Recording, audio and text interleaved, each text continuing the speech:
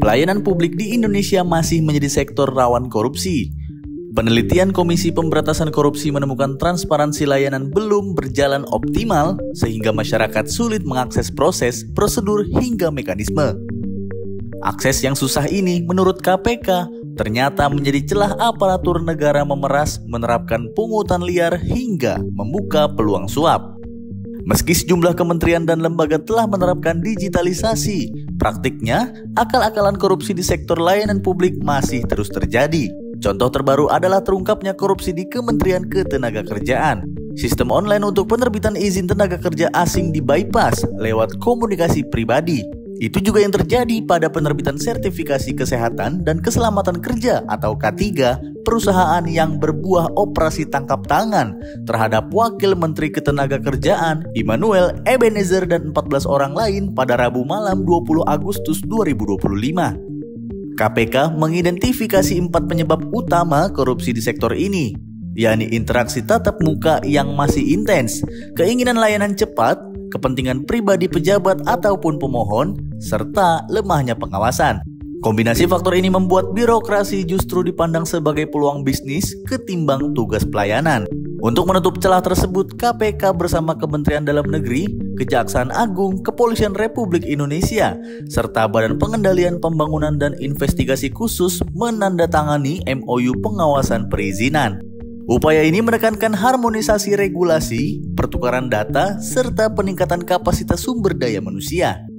KPK juga menegaskan pentingnya integritas aparatur negara sebagai pondasi utama pencegahan korupsi. Penguatan digitalisasi menjadi salah satu solusi, tapi harus disertai transparansi biaya, standar waktu, dan mekanisme pengaduan yang jelas. Peneliti menilai pengawasan independen dan partisipasi publik mutlak untuk mencegah korupsi. Ketua KPK Setio Budianto mengatakan pengawasan perizinan di daerah berperan penting dalam kemajuan perekonomian nasional.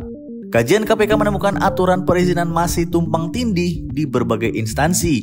KPK menetapkan titik rawan korupsi dalam 8 fokus area pada Monitoring Center for Prevention atau MCP.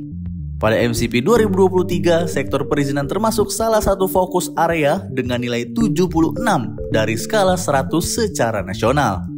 Tahun ini, perizinan masuk area pelayanan publik dengan nilai 78. Menurut Setio, perizinan seharusnya menjadi zona terbuka, tapi faktanya justru sering kali tertutup. Digitalisasi semestinya memudahkan pelayanan publik, bukan menciptakan celah korupsi.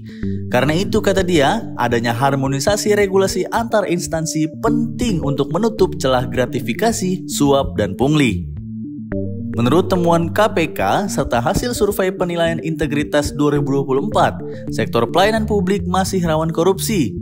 Sektor layanan publik itu meliputi pengadaan barang dan jasa, sektor perizinan, sektor pengelolaan pajak dan aset, pengelolaan keuangan desa.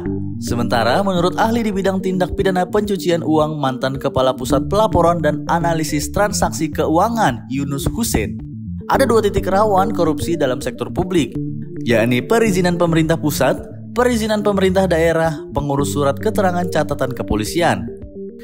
Direktur LPEM UI, Reza Anggito, juga berpendapat bahwa pelayanan publik yang rentan korupsi adalah pengurusan izin usaha, pengurusan surat keterangan catatan kepolisian.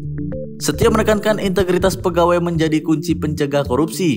KPK bersama Kemendagri, Kejaksaan Agung, Polri, serta Bappenas sepakat membentuk tim koordinasi pengawasan, termasuk memperkuat pemanfaatan data dan informasi, serta peningkatan kapasitas sumber daya manusia.